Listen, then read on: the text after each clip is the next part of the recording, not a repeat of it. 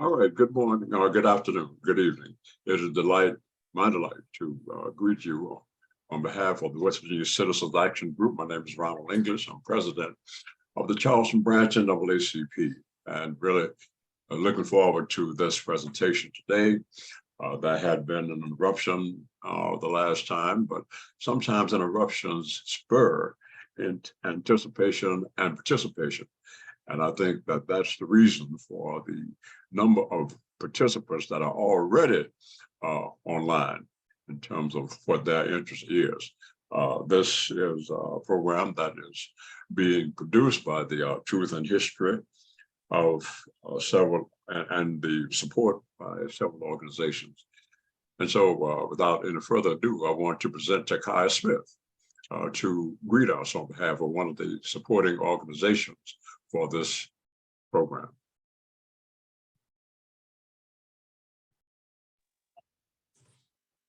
Hi, everyone. Thanks for joining. I appreciate everyone regrouping. My name is Takaya Smith, and I'm the Executive Director of Young West Virginia. I am so glad to be able to communicate and be here today with everyone who is prioritizing the condition of our schools. I know that so many of us worked to address and protect local schools, schools and local power in this last election season, maybe through the amendments or through school board resolutions or so many of the various advocacy opportunities that have come with our school, that have come with schools and equity, diversity, and inclusion. I wanted to start off today by telling you a little bit about what myself and my students have been working on over the last 6 months. Over the last 6 months, we have been in Jefferson, Berkeley, Mongolia, Cabell, and Kanawha County, connecting with parents, students, teachers, advocates, school board members, and any community members we could that we believed shared our core values of protecting local power and keeping the decision-making at the school board level. We know that through some of the proposed amendments that potentially could have moved to the state legislature, and we wanted to make sure that we were working to keep power with those who we have trusted to make those decisions at the local level. We also wanted to protect local funds, and that is what we've been advocating for. We were canvassing, going door to door, having one-on-ones, we're text banking, phone calls, emailing. Students were talking to their professors, their DEI-focused chapters on campus. And I think that's really given us a lot of opportunity to build off of what we were able to accomplish with defeating those amendments. We know that the fight for diversity and protection of our children in our schools doesn't start or end with the amendment, with Amendment 2 or 4, that we will continue. And so I won't say much more, but we know that when it comes to disciplinary action in our schools, there have been great disparities, racial disparities, class, obvious issues with how low income students are overrepresented, and how they, in disciplinary action and suspensions and out of school placement. And I think local organizations like Center of Budget and Policy, Reverend Watts, American Friends Service Committee, these are organizations that have been working to address these things for for a while now, and we've made some headway, but there's still a way to go. So That is what I will say for now. We're going to continue and to meet with our partners that we've built with, and many of you, or maybe some local organizations that you know have probably started to get emails from students inviting folks for a January call, and those January calls that you're being invited to by students will be led also by students, either high school students or local college students. So please look out for those emails from Young West Virginia asking for DEI all call to action. And that is where I will leave it. Thanks, y'all.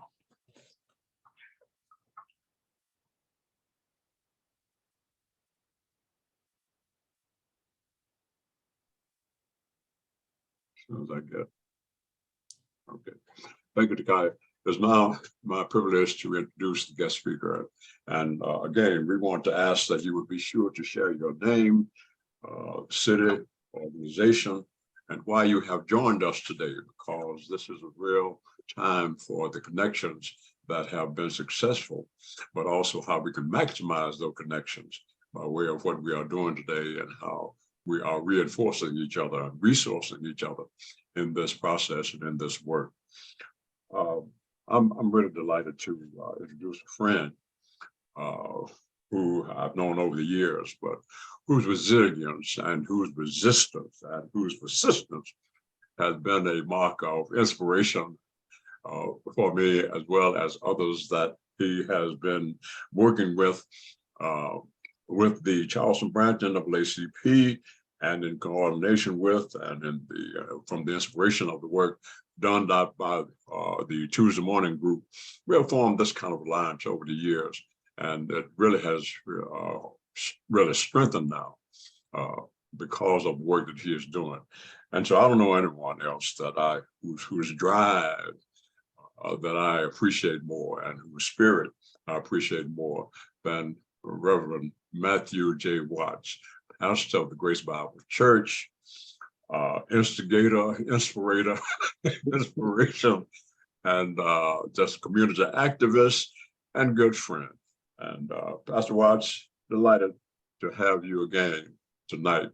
And I know that your insights will be something that will be invigorating as well as inspirational and information. So Pastor Watts, proceed, sir, for the order of the night.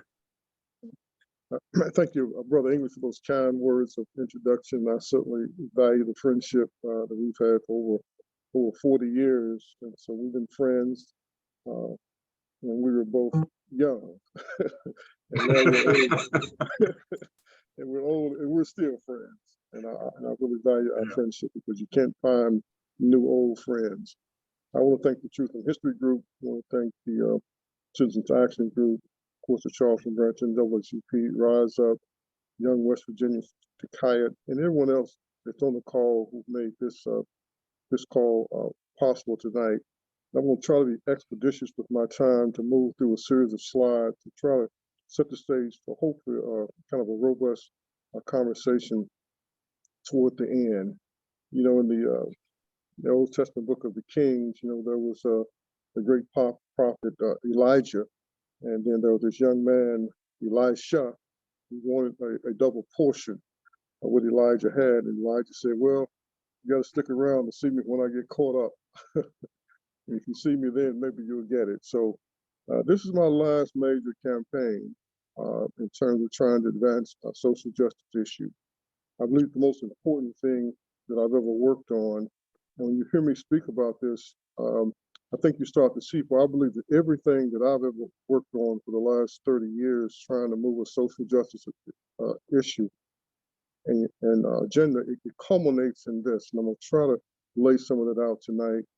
And I got Miss Allison Toller on. So Allison, if you will prepare to key up the slide presentation, then we'll go get started. And some of the slides I'm going to move through somewhat quickly, because my Chief of Staff, Mr. Jennifer Dean, is preparing a handout. This presentation is currently embargoed until my staff says it's ready to go. So it hasn't been finalized yet. There may be a few typos. So I'll actually focus on the content.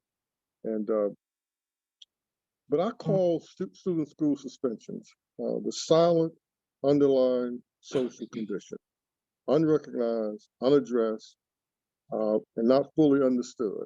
And it's resulting in the undereducation of masses of low-income people across the country. It's a national phenomenon. West Virginia is no exception, but we could be an exception in terms of doing something about it. Next slide. Basically, here's the ground we're going to cover. Even over this crisis, I believe it's in West Virginia. The history of school suspension issue, overview of the legislation that was passed in 2020 to supposedly address the issue, overview of the Western Department of Education School Discipline Report, the summary of that report, and while I believe it does have some value, the short and long-term consequences of student school suspensions, steps that we believe the state Board of Education should take, along with the Department of Education, step the legislature could take, step the workforce development system could take, and actions that the social justice advocacy groups could take. Next slide. These slides I'm going to run through quickly because Sister Crystal Good, one of my longtime friends, and I feel like she's actually a daughter, she's put together an incredible timeline of the apathetic indifference towards school suspensions. But it started, we found reports back as late early 1976, where this issue was visited at the direction of then Governor John A. Rockefeller IV. Another report in 1980. U.S. Department of Justice cites West Virginia for disproportionate minority kids being assigned to special education, underrepresentation, and gifted. Next slide. 2005, my friend Dr. Stephen Haas looked at the juvenile justice system and found that there was disproportionate minority contact. Black youth was overrepresented at every stage of the juvenile justice system. The state was reluctant to do anything about that. 2009, Justice Department cites West Virginia for the disproportionate minority contact. 2012, they take away money. Next slide. 2015, the United States Office of Civil Rights, they cite West Virginia for violating the civil rights of children with disability. Minority students are 4 times more likely to be affected. 2015, the landmark report from the University of Pennsylvania, which really got my attention. Former excellent education reporter, Gazette Mail, Ryan Quinn, did an incredible article back in 2015, which really caused me to start to dive deeper into this issue. 2015, Rick Martin and some others of us went to the state superintendent to try to get them to work with us to see if we could partner to address this issue. They refused to give us the data. It was 2 years later, in 2017, before we finally got the data that they released to us. State and overseas Charleston branch Tuesday Morning Group hosted it. We held 2 summits in 2017 to try to bring public attention to this issue of the disproportionate suspension of minority children, particularly African Americans, because that's the data we had at that time. At that time, the reports that were being generated was only looking at the overrepresentation and disproportionate suspension and expulsion of African American children. So then in 2019, next slide, we approached the state legislature. We asked them to take a look at this, make it a part of the omnibus House Bill 206. When they looked at education reform, they refused to honor our request. But we did get a commitment from Senator Tricia Rucker, who at the time was the Senate Education Chair. And when she came back in 2020, we would take a look at it. I called her at her home before the 2020 legislative session. She said, we'll talk when I get into Charleston, and we did. She worked on a bill that I thought that she was going to pass, but she took some ideas from Tuesday Morning Group and later changed her mind. She introduced Senate Bill 723, action to address school discipline in West Virginia public schools. At the time, I was a little bit disappointed at the bill, but it wasn't until 2 years later when I really studied it word by word, I began to realize there was more substance in the bill than what I had realized in 2020. I'll talk about that. So the bill required the Western Department of Education to collect, compile, analyze school discipline data statewide, put it in a report, develop a statewide plan to address school discipline, implement that plan and report back to the legislature 2 years later, beginning in 2022. So the Western Department of Education released the state school discipline report in July. Next slide. So then the game sort of continued. Legislative Oversight Commission, Commission on Education Accountability received the report. It did not have a plan, and so they could not report on progress that had been made to address the problems county by county. But LaCille didn't ask them a single question about the report. I was out of town when the LaCille met, but Rick Martin was there, and he was somewhat appalled that there was no conversation about it. So then I decided I would then start to go to every state school board meeting every month. I was going to be like the woman in Luke chapter 18 that kept showing up at the judge's office where he was convening court demanding for justice. And so after 3 months, I think they got the picture that he's probably going to show up every month. And then the state school board president, Mr. Paul Hardison, basically said, okay, we're going to take some action, Reverend Watts. We're going to look at a pilot project on the west side of Charleston, and we'll see if we can kind of move some things forward. So that's where we are at this present moment. Nothing of any substance has been done. At least I do believe that we've got the attention of the state school board and the state Department of Education. Next slide. Just quickly, this is kind of a play on words. Back in 2002, I did a speech, Crisis in African American Communities in West Virginia. Does anybody care? It's almost 21 years ago. I did it at the Unitarian Universalist Church right across the street from my church. It created no small stir, but Delegate Carrie Webster took that my notes from that presentation, and she compiled House Resolution 76, which led to the Select Committee on Minority Affairs Interim Committee, which led to the Select Committee on Minority Affairs report. It had 29 findings of fact and 36 specific recommendations of challenges facing African Americans and what could be done to address those. But almost nothing has been done to address any of those challenges in the 29 findings of fact, and almost no of the 36 recommendations were actually acted upon. So that report was used to create actually the Herb Henderson Office of Minority Affairs, which is supposed to use the Select Committee on Minority Affairs report as a guide to its office. But that certainly has not happened since that office was created around about 2012. So now I'm back in 2022 on the eve of 2023, and I'm saying there's a crisis in almost heaven, West Virginia, almost everywhere for poor children. Next slide. That crisis can clearly be seen in the public education system. 4 reports released over the last 5 months. I'm appalled that the state elected leaders, business leaders, state school boards, county school boards haven't convened major summit. The Western Department of Education issued a school discipline report, 32,000 student school suspensions in West Virginia each year. And that probably represents some between 16 to 18,000 students that are suspended from public schools in West Virginia every year. Nearly 8% of all the students are suspended at least once. In the next report, the state standardized test scores are still well below the pre-COVID-19 levels. These are the state standardized tests. So we're doing worse than we were doing before COVID-19 on the statewide test. Next slide. Third report, the Higher Education Policy Commission, they issued a report, and it revealed that only 46%, less than 46% actually, of the 21-21 Western High School graduating class enrolled in a post-secondary education program. Only 31% of low-income children. That is the lowest that it's been before sometime in 2000. We evoked the response from the Chancellor of the Higher Education Policy Commissioner, Dr. Sue Tucker. She says, we've got a crisis. We will not be able to fill job openings from college level graduates if we continue at this pace. There's been almost no response from elected officials around the state. Next slide. The fourth report was the National Report Card. The West Virginia's National Assessment of Education Progress, the NAACP test. There's a sampling of students in every state in the United States that takes the NAACP test so they can compare educational proficiency of children from state to state. West Virginia had the steepest decline in its NAACP test scores in any state in the union in the most recent test.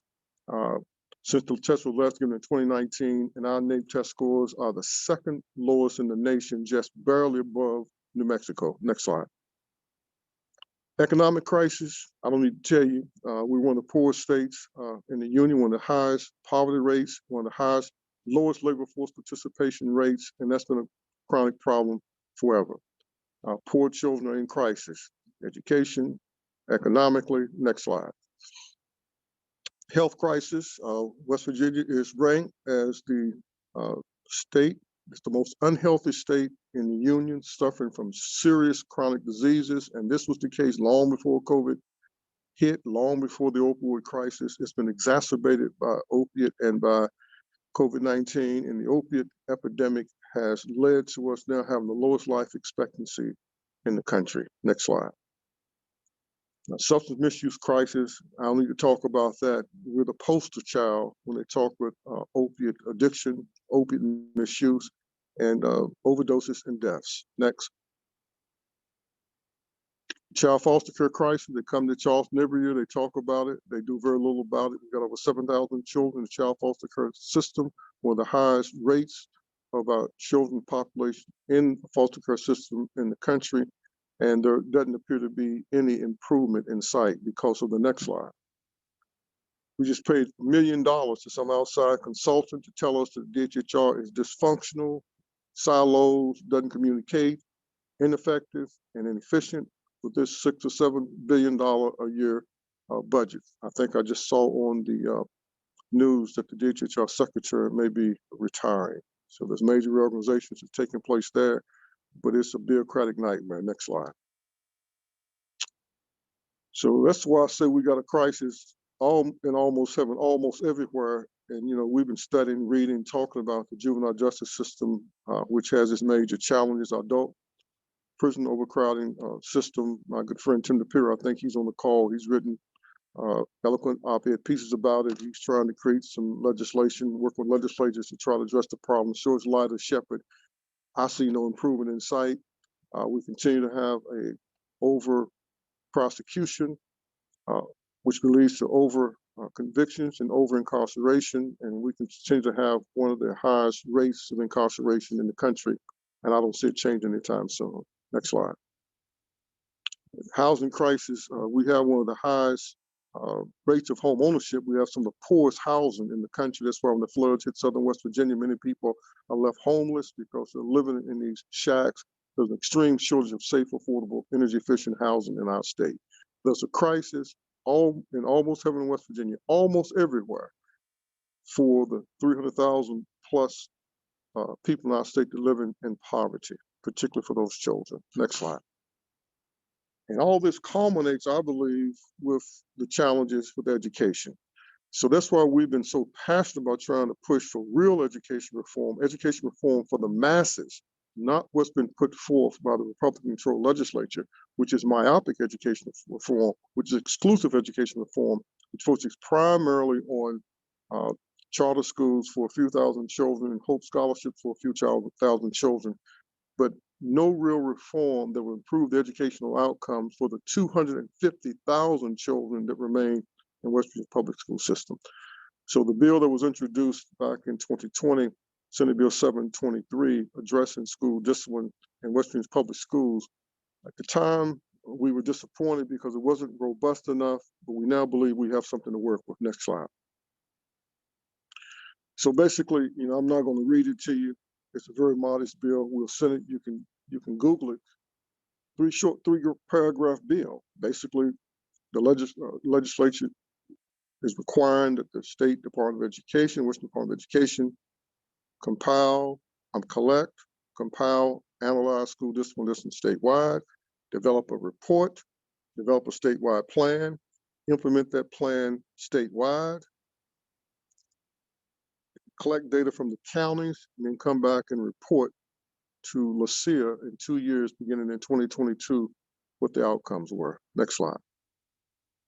So that's the bill. And sometime in a marvelous economy of words, you can get something that's pretty spectacular. And I tell people often, I believe that the 13th Amendment to the United States of America, which abolished the private practice of slavery in a marvelous economy of 43 words, the architecture of the 13th Amendment, ended and abolished the practice of slavery among private citizens and then reestablish slavery when it's practiced by the government as a form of punishment for those convicted of a crime, and then give them the authority to pass laws to practice legal slavery. So sometimes there's a genius in a few words, and I think that may be the case here. Next slide. So quickly, I'm going to share with you a summary of the school discipline report. The report has excellent data, but it's not a very well prepared report. Too many tables, too many numbers, too hard and complicated to follow, but the content is quite substantive. What I've tried to do is to distill down the report into a couple of manageable slides so you can see here's the real essence of the report. Next slide. So what is the value of this Western School Discipline Report? It does have value. Some people dismissed it because they saw it's been too complicated to understand, but it has tremendous value. Next slide. Here's the value. Number one, it unmasks the school discipline problem and the suspension problem. It's not been merely about race. In the state of West Virginia, if you only talk about something that affects Black people, I can guarantee you nothing's going to happen to address it. That's a sure way not to get something addressed. So the school suspension issue had been framed as being an issue just the disproportionate suspension of African-American children. This report, it broadens the magnitude and the scope of the school discipline problem to include socioeconomic disability status and child foster care. Now it's a much broader problem that affects a much broader population. Therefore, there should be a broad-based constituency of individuals and groups who say they're advocating for these populations to come together to really move the issue. And it also shows that this issue contributes to some of our major societal problems. Next slide. Here's a quick summary of the report. As I referenced, 32,000 student school suspensions a year. 7% of the kids suspended are low-income children. They're low-income children, and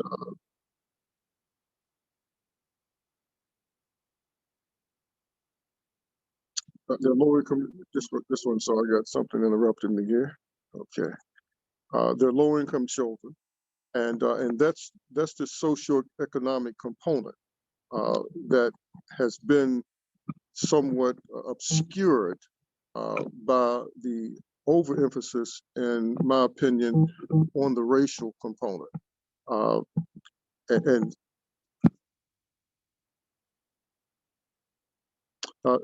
Thirdly, you can see that Black students are disproportionately suspended at 2.4 times higher than their representation. We knew that. Multiracial students are also suspended at a 1.34 times their representation of student population. Students with disabilities, which was surprising, that they're suspended at a rate 1.8 times their percent representation. Low SES, 1.4 times, and children in the foster care system suspended 3.1 times their representation in the student population. Now we have an issue that affects a much larger swath of the student population in our state. So it's a lot harder to just ignore it and dismiss it. It's just the incorrigible, unruly, disrespectful, uncontrollable Black children. It's a much larger population of young people, the majority of which are low-income Caucasian children. Next slide. That's just the data, just another way.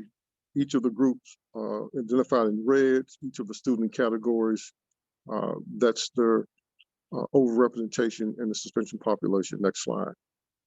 Another way of showing it, the red line is 1. If you're at the red line or below the red line as a student category, then you have been suspended commensurate with your representation of the population. If you're above the line, then you're disproportionately represented. Next slide. Discipline referrals, now hit on a couple of these quickly. We have not been able to get to the Department of Education at the state level, the county level, to give us the updated data. So the last data that I have is for the 18-19 school year, but looking at the statewide data since then, it's not going to be much different from the data we have now, because there were about 32,000 student school suspensions in 2018-19 statewide, and that's what it still is now after COVID. So next slide.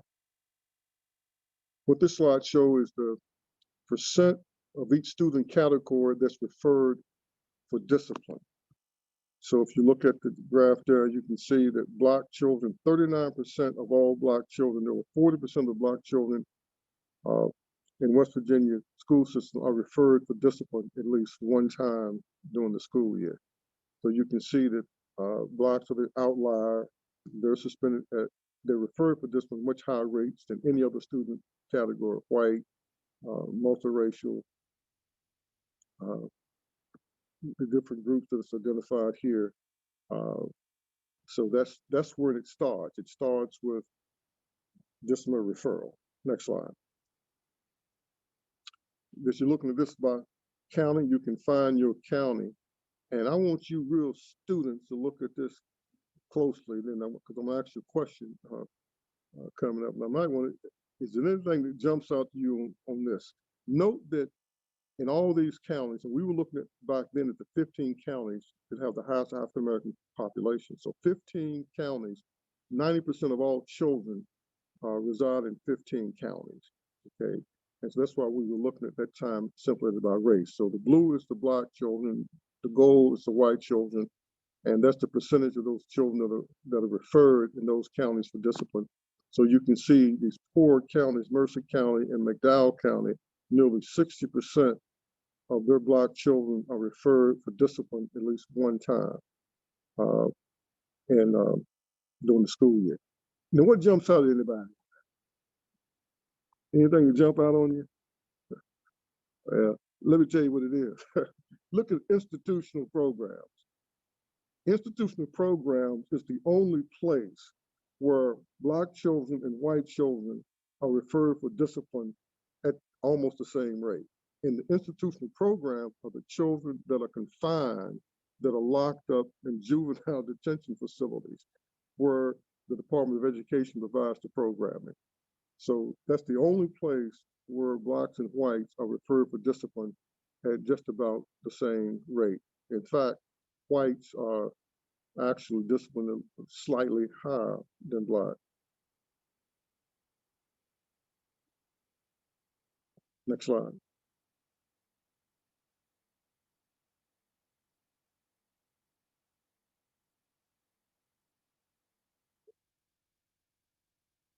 West Virginia State School Board. So the in-school suspensions. Dr. Montalto asked a question, and I'm not going to stop for questions here, but I will on this one. That's the West Virginia School for the Deaf and Blind. The West Virginia School for the Deaf and Blind is the one that they have their own school and their own school system. So the West Virginia School for Deaf and Blind. And school suspension. Next slide. So as you would expect, if Blacks are referred for discipline at a much higher rate, then once that discipline is adjudicated, then they would probably be placed in some type of separation in terms of in-school suspension. So it's exactly what you said. For the most part, Blacks are placed in in-school suspension at about twice the rates of other student categories. Next slide. This is what the statewide in-school suspension looks like. It's very similar to the disciplinary referrals. Blacks are placed in school suspension at a much higher rate. The only place where they're commensurate is in institutional educational settings, which is basically juvenile detention centers. Next slide. Out of school suspension, this is the one that gets everybody's attention. Next slide. So as you'd expect, if Blacks are referred at much higher rates, then they're going to be disciplined at much higher rates in terms of in school as well as out of school. So you can see Blacks are suspended out of school at about twice the rate of the other student categories. And none of this is anything new. Unfortunately, I do not have to show you the graphs broken down about socioeconomic because the department has not provided me with that information. But as soon as we get it, we will share that. Next slide. And so, as you would expect, the counties that have the highest disciplinary referral rates, also the counties that have the highest out-of-school suspension rates. And so if you can see here, those of you in Kanawha County, that Kanawha County, you know, it has a pretty high rate of out-of-school suspension of Black children. Over 22% of all Black children are suspended at least once during the school year. And so by having by far the largest county population of school students, about 25,000. So we have the highest number of children suspended about that. One of the things I want to bring to your attention is that look at McDowell County, all right? And so here McDowell County is the poorest county in West Virginia, one of the poorest in the country. Here McDowell County has the lowest educational achievement, the lowest academic performance, the lowest college going rate, the lowest labor force participation rate, the highest unemployment rate, but they also have the highest rate of out-of-school suspensions. And that's why I say this is the silent underlying social condition, unrecognized, unaddressed, and not fully understood, that it's driving a lot of social negative pathology because the poorest communities are remaining the least educated communities and the undereducated communities because they have high rates of their children being suspended from school. And we'll touch on that a little bit later. Next slide. This is an important slide, and I think I may have a new data point on this on the report I was reading this morning. It's one of the most powerful documents from a very reputable organization. All youth, all students graduate.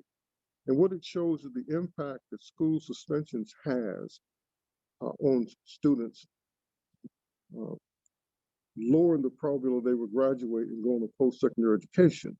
So they're saying in the 9th grade, if a child has one school suspension in the 9th grade, right, if they have a 75% probability of graduating, if they have no suspensions, and a 58% chance of going to post-secondary, and a 16% chance of dropping out. But with one school suspension, the probability of dropping out doubles to 32%.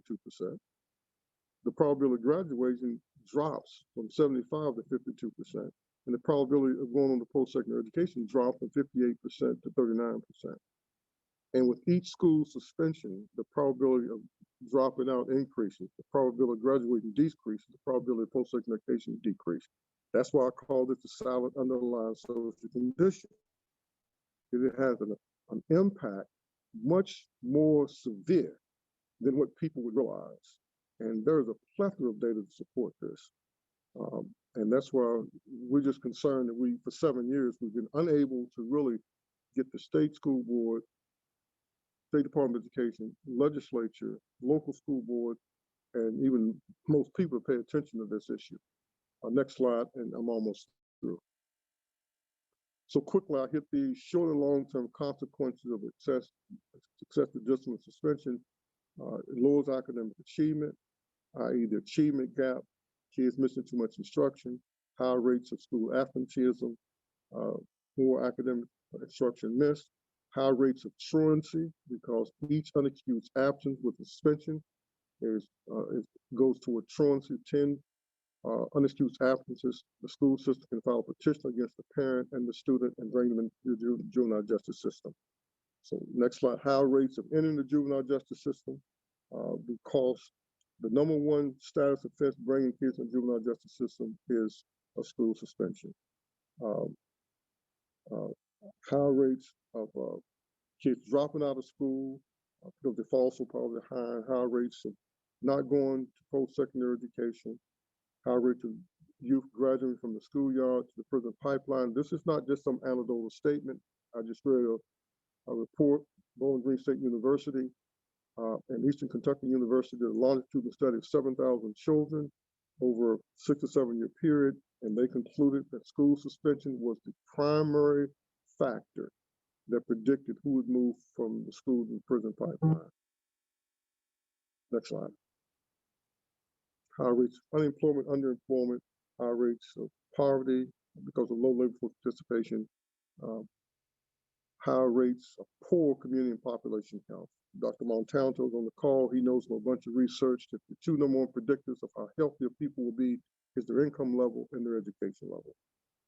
So we see that in communities in southern West Virginia. We see it on the west side of Charleston. Low education levels, low income levels, of poor community and population health. Next slide. So what can the state school board do? And these recommendations have been submitted in writing to the state school board and the Western Department of Education. They need to compile data reports for each of the 55 counties and get them to the county boards of education. And they need to start having these conversations with their local communities. Each school needs to have a report so that they can be talking about, here's the challenge we have with school discipline suspensions, and we need to address it. Encourage the local school improvement councils that by state statutes are required to be in each school, and one of the responsibilities is supposed to be helping develop plans to improve the overall performance of the school, but also to review discipline and develop a report and send it to the superintendent with recommendations. Next slide.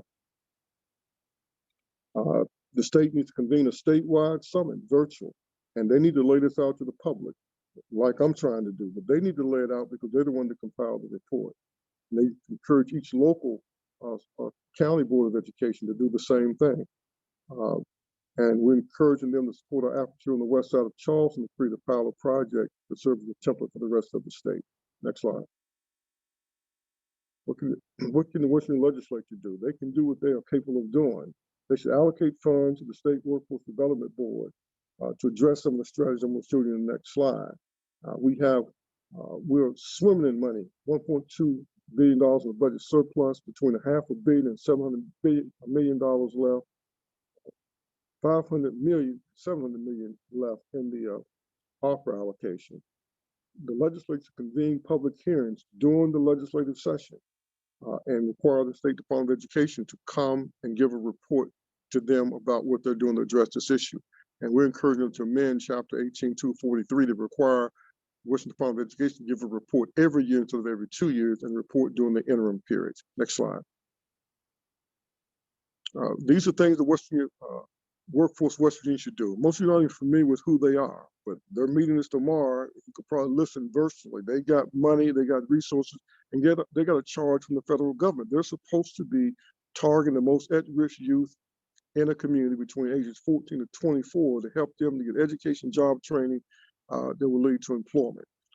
So we're encouraging them to really look at the program that Voc Rehab has about career awareness, and that every child that graduates from high school should have a career plan.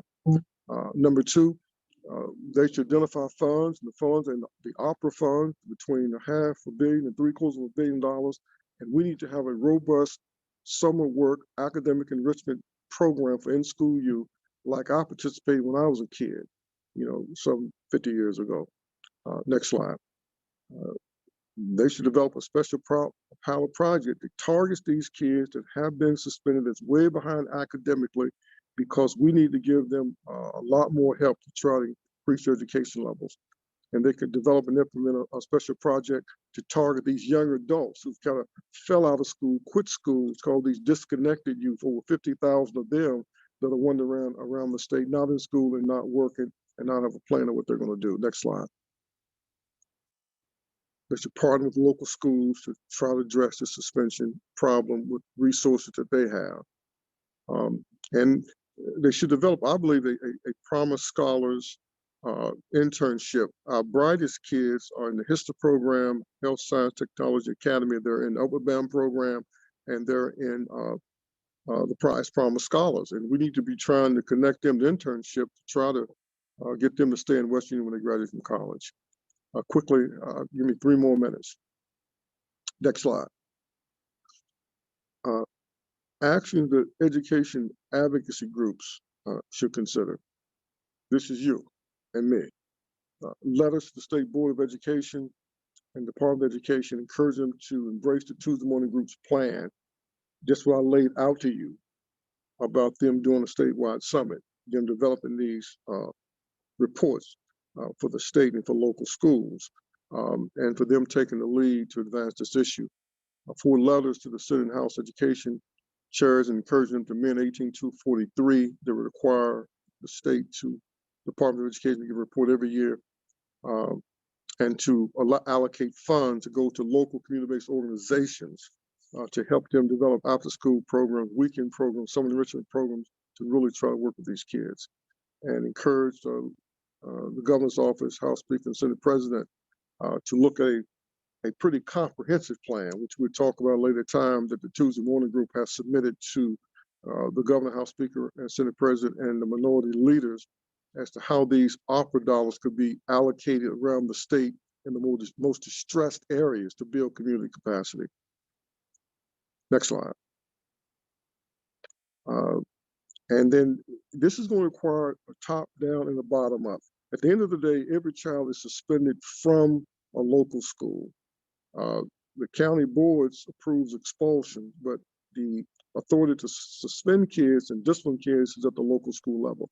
It's sort of like judges. People talk about prison reform, and I get it, I understand what they're talking about. But at the end of the day, there's only one group of people in the state of West Virginia that can send somebody to jail, and that's a judge. You can convince them to stop doing it when they don't have to do it. You can stop people from going to jail. Otherwise, as long as they basically can do it with impunity, then it's kind of, you're pushing against a rope in some ways. The same thing with schools. At the end of the day, the principal normally delegates that role to the vice principal. There is no due process. Their decision is final. So that's where we've got to have people advocating and people aware of what's going on in their respective schools. So this has to be a ground game at the local level. State can't fix this, legislature can't fix it, Department of Education. No, it's going to take people being mobilized in their communities, find out what's going on in their schools. Quickly, I got one more slide, I think. So we got to be educated. I mean, ignorance is not bliss. This is not complicated, but it does require some due diligence to kind of understand the process, understand the discipline process in schools and the policy, and understand where the authority lies and rests, and understand that the local school improvement councils in each of the 680-some schools, they're there, but knowing they're rubber stamps with the principal, they're not doing what they're supposed to be doing because the people not involved that could really say, here's what we're supposed to be doing. We want to see the school discipline and what's happening in the school. And until that happens, nothing's going to change. Request the data from the schools, and meet with the superintendents and meet with the principals and say, look, we want to help fix this. What's your plan? And we want to see if we can be a part of the solution. Finally, next slide. What we're doing here, this has to be done all over the state, in every county, in every community. You've got to engage people. We got to talk about this. We got to get people to pay attention to it and to understand it. Feel the way. Whole community meetings with parents and students been impacted by school discipline and suspension.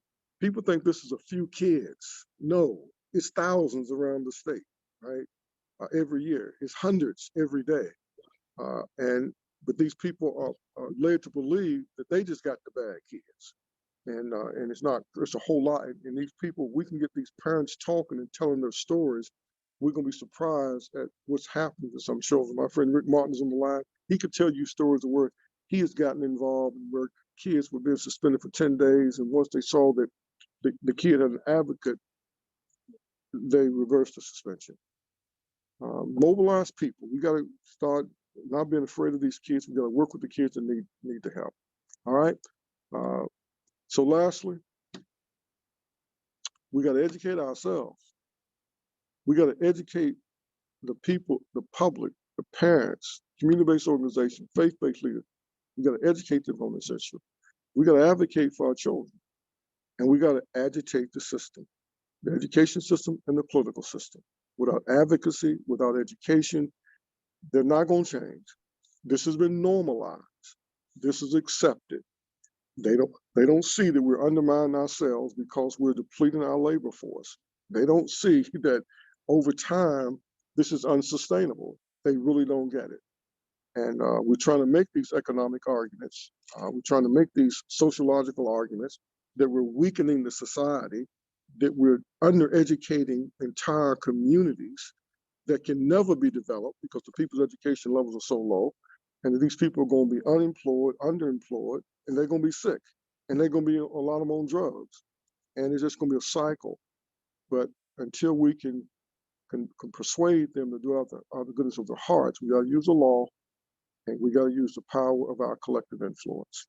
I'm out of my time. I thank you for yours. Okay, Reverend Watts, before we move on, I'm just compelled to ask one question, and that is, given all the data that you have shared, given all the work that you have done, and it's really overwhelming, and I commend you on that. What have you discovered in all of this is the reason for the resistance to the overwhelming data that you have just given, in terms of what's the excuse for not dealing with this? Where have you found the most resistance to the data that you have just given? And is there anything that could be recommended or suggested about dealing with that resistance at any level?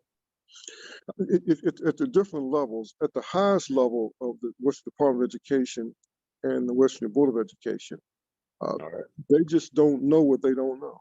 They don't understand how significant this is. They don't have the intellectual curiosity to delve deeply into the long-term consequences. They're very shallow in their approaches up there. So that's part of the problem there. Secondly, there's a revolving door. We've had 5 superintendents over the last 7 years. So no one's in the seat long enough to really get anything done. As I've shared with you in the past, I got a PhD on how to not get anything done. Just keep starting over. And so they just keep starting over like they're starting over now, right? So that's the problem you have there. At the legislative level, they just preoccupy with a whole lot of other stuff, and they don't understand this, and there's no real policy want to dig deeply into this stuff, and there's no consequence for them not dealing with it. There's no public outcry. People not up there marching, protesting, demonstrating. There's no throng of people descending on the Senate Education Chair and the House Education Chair saying, you guys need to deal with this. There was only Rick Martin, myself, and Crystal Good, right, back in 2020 in these meetings, right? At the county level, it's a similar situation, but the bottom line, it's normalized into the system. This is how we manage the schools. If we got a kid that's calling to trouble, we just suspend them, and we get some relief for that day, right? And so it's become normalized. It's the way that they kind of manage and move things. And when there's no kick, when there's no consequence for you doing something, then you never really become creative to try to fix it, because it's not a problem. And no one is crying out and hollering and screaming about it, even though you look at the test data and these kids are doing horrifically bad, right? And there's so many of them, they're bringing all the test scores down, right? But they fail to see that. So and then you have some resistance from the establishment of people, that they've convinced people that these kids are so bad that they got to be removed. When in actuality, a lot of the kids have been suspended for very low level things. But I think the bottom line is nobody's been held accountable for this. And I'll just close with this. The legislature passed a law, told the Western Department of Education to develop the report and to develop a plan. The Western Department of Education didn't develop a plan. And the Legislative Oversight Commission on Education didn't ask them why. Didn't ask them no questions about why hadn't a plan been developed over the last 2 years. So that's what you have. You have this apathetic indifference because it's poor people. That's why it's poor people, and there's no organized effort, right, to advocate for it. But we think that the time is now coming through calls like this and other calls that people are paying attention, and they start asking questions. We think we can move this issue this year. We collectively, all of us here and others, can do it. It looks like the responses in the chat have really confirmed that in a very powerful way. And thank you for what you've already done. I need help as far as identifying what next in the chat. And so, John, or one of the members of Truth in Action, would you advise what we do next in terms of who we call on next for this presentation from the core group that is presenting it? Martique Washington, Thank you very much. Martique, are you here?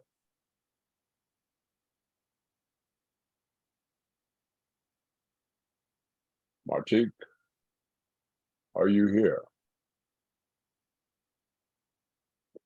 Yeah, I'm here. He- All right, Martique, your time is our All time. right. So we just got a lot of information. And something that Reverend Watts said to me that really resonated was that no one is being held responsible. No one's being held accountable. Do you know why? Because it's not their children. It's our kids, it's our nieces, it's our nephews.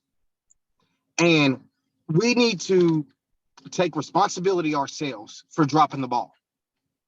Because we've all seen generations of kids that were suspended, that are out here still in the streets.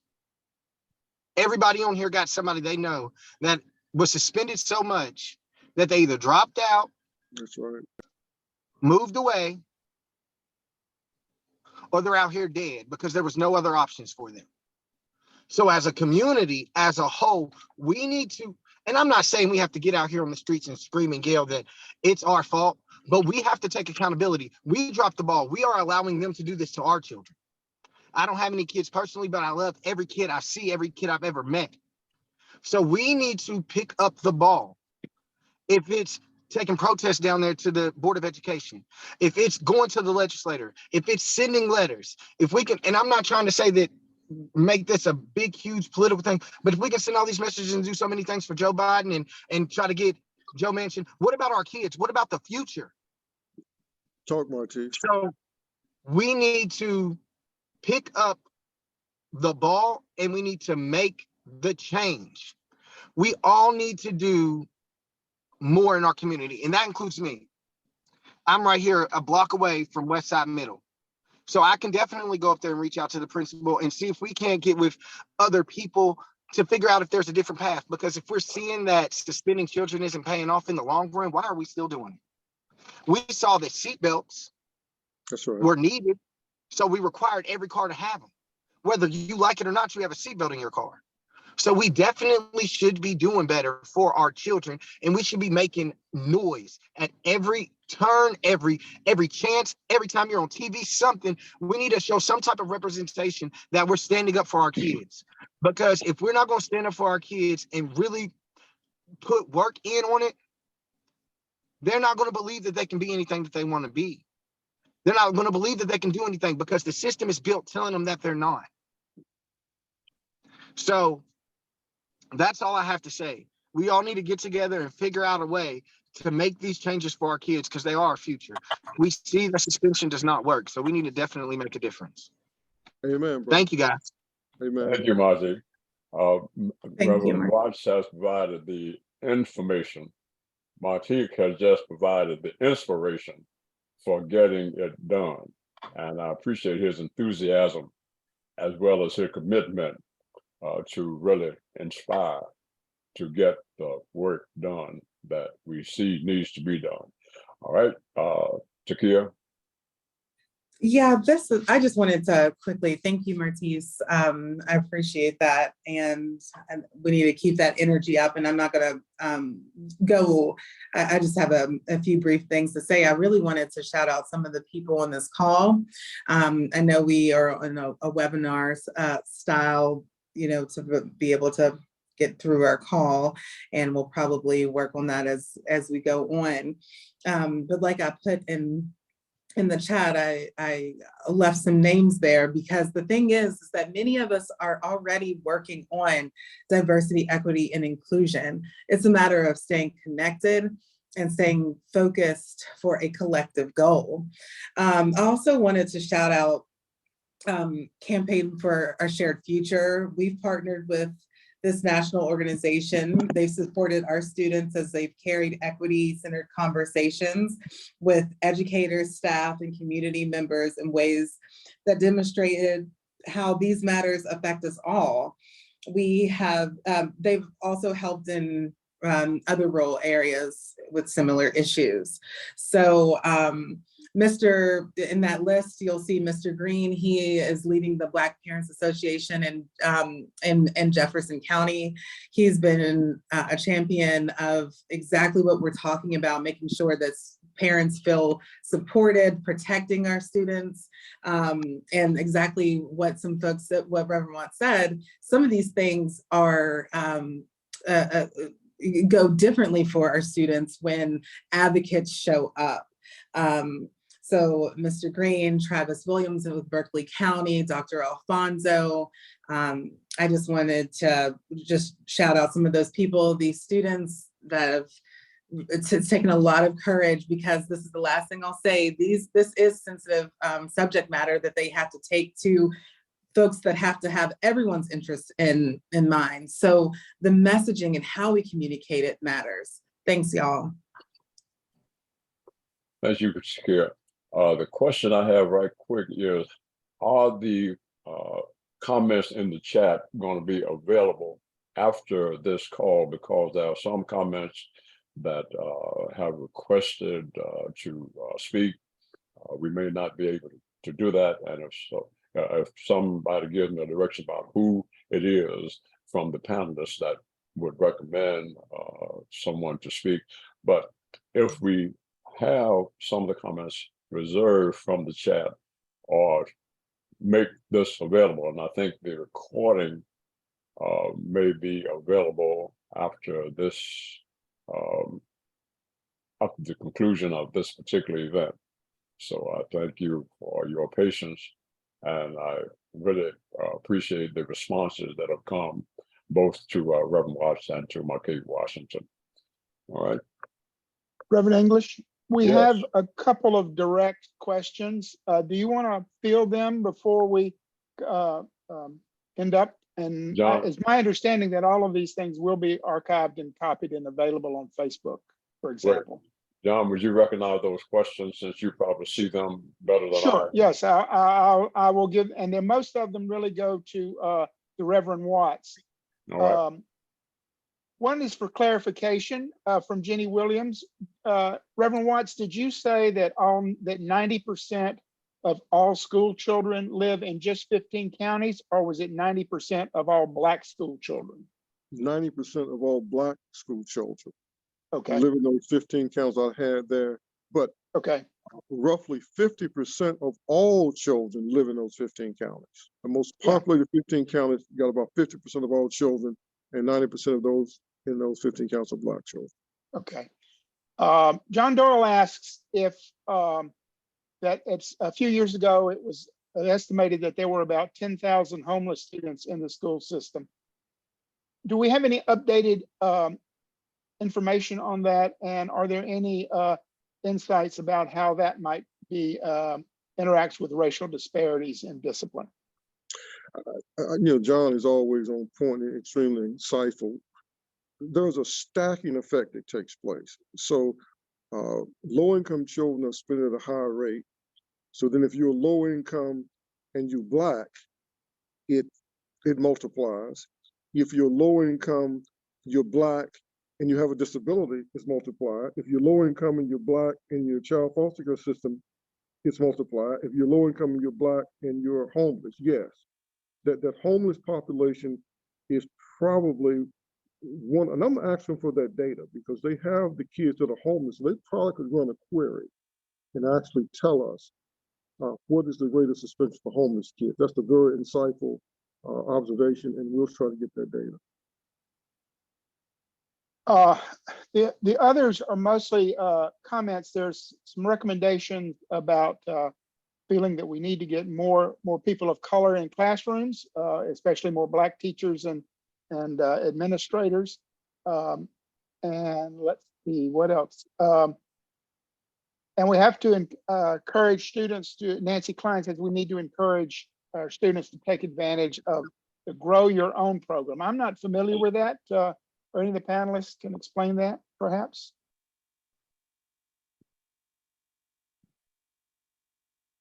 Explanation for Grow Your Own. Yeah, I don't. I'm not sure. She may be talking about, and I'm not sure, grow your own teachers in terms of we've got to grow the teachers that we need, develop the teachers that we need in our communities. I'm not sure if that's what she's talking about or not, but I can follow up with her. I know her personally. She worked for, she's an educator par excellence. Yeah, and as I said, we will archive the entire chat, and if we miss something, then we can get back to individuals. Reverend English asked a few minutes ago, mentioned about talking about perhaps what the West Virginia Coalition for Truth in History has, how we were able to, along with a lot of people, get these critical race theory issues battened down or not passed in the last legislature. And essentially that was just community action as we came together. And I think as Vikia pointed out, there are a lot of groups going on. There's a lot of groups coming together in this state with similar basic philosophies operating on different issues, whether it be CRT, whether it be homelessness, whether it be gun violence. And there's this, I have a sense at any rate of much more citizen action, which is, as everyone has said, what it's going to take. So I think the point of keeping together and keeping each other informed about what each other is doing so we can work, present a united front, if you will, is very important as we go forward. Chris Schultz has put in about teachwestvirginia.com/grow-your-own has talked, is where you can find out about that.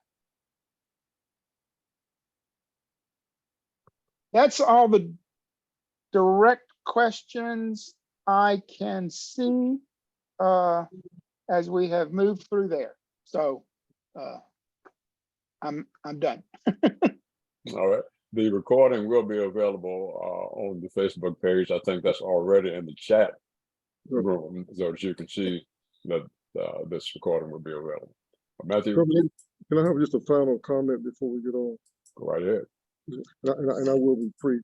First of all, I want to thank everybody for your attentiveness. I want to thank you for your patience. And we kept almost everybody. This is much better than I do when I'm preaching. We had 45 people. We still got 41, right? So, so I hear that loud and clear. They raise their hand to get out, right? But let me say this. Martise Washington, I believe, is one of the most important young leaders. He and Takia, they were together in our state. I've watched them grow up, watched them mature. They're incredible, right? It's, we got to give them voice and give them space to be heard. I think they can speak to the younger people who are the parents of these children, right? And they can still speak to the kids, and we can bring them on board. That's the first thing I want to say. Secondly, we have some incredible educators, Black and white, doing incredible stuff in these schools, working their fingers to the bone, but they don't have the type of support that they need from parents and from the community. And we've got to find them and we've got to support them. And in particular, some of the best educators in our state are some of our African-American educators, and two of them on this call. Jana Coleman, who's working on the West Side and pouring her life into kids, working on her PhD, and Miss Nancy Klein. So we've got to create forums so they can be heard. We got to give them the mic. They have been in the classroom. Jana has been a principal. Nancy has taught. And we need to let our educators educate us in terms of what we need to be doing to help families and help young people. And so I think it's important that we do that. We got to protect our teachers that's in the system that's fighting for our kids, because it can be a lonely place to be when they try to stand into the system. Thirdly, as Dr. Martin Luther King often would say, we've got to act with a fierce sense of the urgency of now. We can't just keep talking. And I'm gonna encourage you to do something tomorrow. And here's what you can do. I don't know if you're available or not, Martise, but if you are, I would love for Martise, if you could be at the state school board meeting tomorrow at 9 o'clock, sign up. You can go to the Western State School Board website, and you can sign up to get on their agenda. they need to hear Martise. They'll give you 5 minutes, that's all. But you get to say pretty much what you want to say as long as you're not profane, and I know you won't be, but they need to hear from you and hear what you have to say tomorrow if possible. Those of you in Charleston who could be there, it'd be great if a few more of you could show up. Fourthly, if you can't, these school board meetings are streamed live. And I would encourage you to watch the school board meeting tomorrow. I believe the school suspension is going to be back on the agenda. And once it gets back on the agenda, then we got to keep it on the agenda. And then fifthly, I'm going to encourage you to do an assignment in your county. Call your county superintendent. Ask them what data do they have on school discipline and suspension, and tell them you would like to have a copy of it, and you like to have a copy of the school discipline policy. On the policy, they're probably going to send you to the website, which is fine. You know how to get there. And then the last thing I would say is that if we really want to change something, you know what we have to do? Change something. We actually got to change something. And so I'm encouraging you to make an effort to visit the local school that's near you, preferably a middle school or high school, because that's where most of the suspensions are occurring. And try to talk to the principal and ask them who is the local school improvement council, who's on it, when is the next meeting held, and try to visit the local school improvement council meeting at the school to see what do they talk about and what's on the agenda.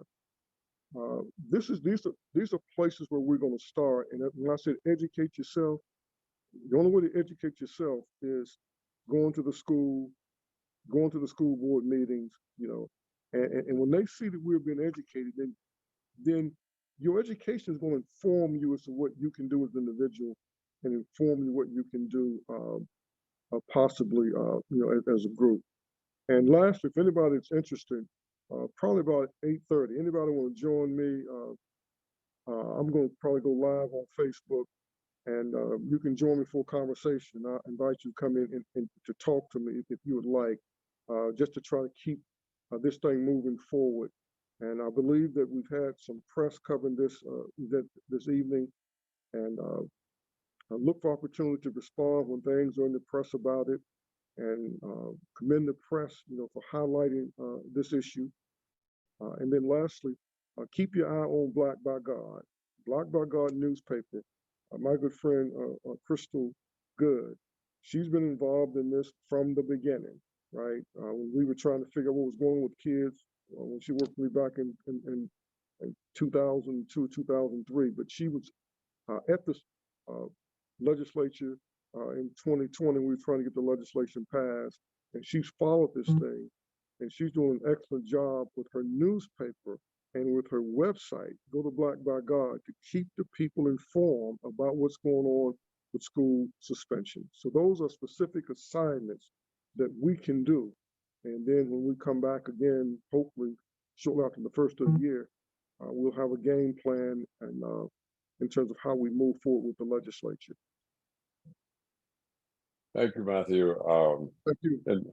And those biblical words, you have almost persuaded me to get back in the classroom as a substitute teacher. And I mean, I'll be on the scene, man. I mean, yeah, well, you've really done that. But also, I want to say that the connections that have been made on this call are really vital. And I hope that they will be sustained. And also, I want to give a shout out again to Black by God, Crystal Good, because she's been on this a long time, and she has the most creative ways of messaging what we are talking about. And if you pay attention to Black by God, it usually winds up being in a message that is understandable.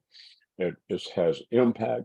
It has humor when needed, but it also leaves a message that you can see as well as understand or read. So I really encourage your participation in Black by God. Also, what other platforms may be used for this kind of conversation? And I think that the Citizen Action Group would be helpful for you identifying other kinds of platforms that this information can be shared on, and probably get the kind of responses that have come through by way of the chat rooms that you have identified today. And thank you so much for all of your participation. Thank you so much, Matthew, for your continued commitment and how that hopefully has been even more contagious beyond the content of what you have shared. And thank Marquise for what he just does and the way that he is so gifted to be able to ignite and excite as well as inform. And so this has really been a great meeting, and I appreciate everybody's participation. And in the spirit of the season, may all things be good with you and your home and house and those that you love. Thank you for your presence here tonight. Thank you, Rev. Thank you, Miss Julie. Miss Chris Olson, appreciate you. All good. Over and out. Thank you, Rev. Great job.